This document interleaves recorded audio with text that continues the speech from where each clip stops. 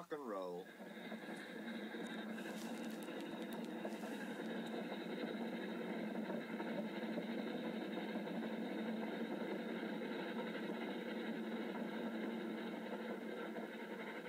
When Scarlari's turn came, he was glad to take out the coaches and meet old friends. He met Rusty up the line. "You know," he said, "if I couldn't see the old places, I'd think I was on a different railway." Rusty laughed. "Well, we hoped you would. Mr. Hugh, our foreman, said, 'Rusty, Scarlari's coming home. Let's mend the track so well that he doesn't know where he is.' And we did, and you didn't, if you take my meaning." Scarlari chuckled away. He liked this hard-working, friendly little engine. "There's still one bad bit," said Rusty anxiously that evening. "It's just before the first station. We hadn't time." "Never mind," said Scarlari. "It's much better now than it was." "Maybe better, but it's not good," replied Rusty. "An engine might come off there. Peter, Sam and Sir Handel take care, and so do you. But I'm worried about Duncan. He will do rock and roll. I shouldn't like his passengers hurt. What's that about me? I'm a plain engine, and believe in plain speaking. Speak up and stop whispering in corners."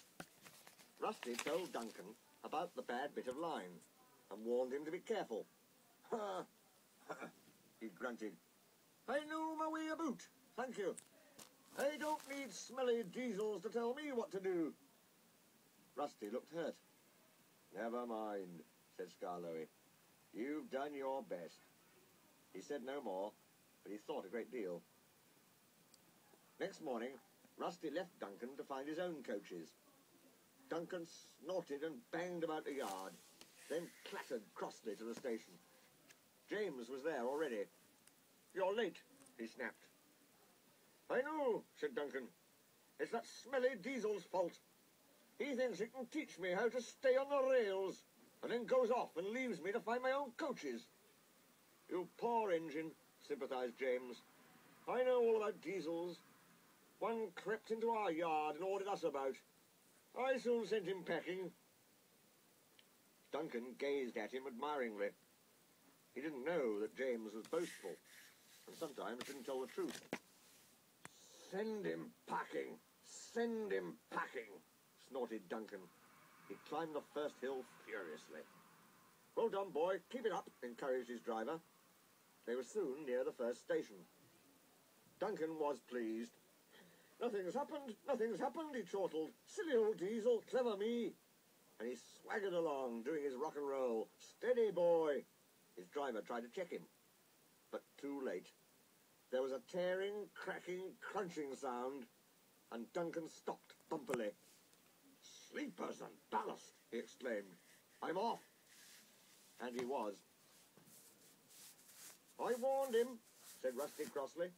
"Duncan," I said, "you be careful on that bit of line." But all he did was to call me names. Mr. Hugh kept turning Rusty's handle. "Come on," he urged. "Start up." "No, Mr. Hugh, sir. I'm sorry to disoblige, but I won't help that Duncan." "I'm ashamed of you, Rusty," said Scarlari severely. "Think of the passengers. What are they going to do?" "Oh," said Rusty, "I'd forgotten them. I'm sorry, Mr. Hugh, sir. We must help the passengers." And his engine roared into life. "Oh dear," thought Duncan. "Now everyone will know how silly I am." Presently, Mr. Hugh and Rusty brought sleepers and old rails. Mr. Hugh showed the passengers how to use them, and they soon levered Duncan back to the line. Duncan was extra careful all day. "Rusty," he whispered that night, "thank you for helping. I'm sorry I was rude." "That's all right. I wish all diesels were like you.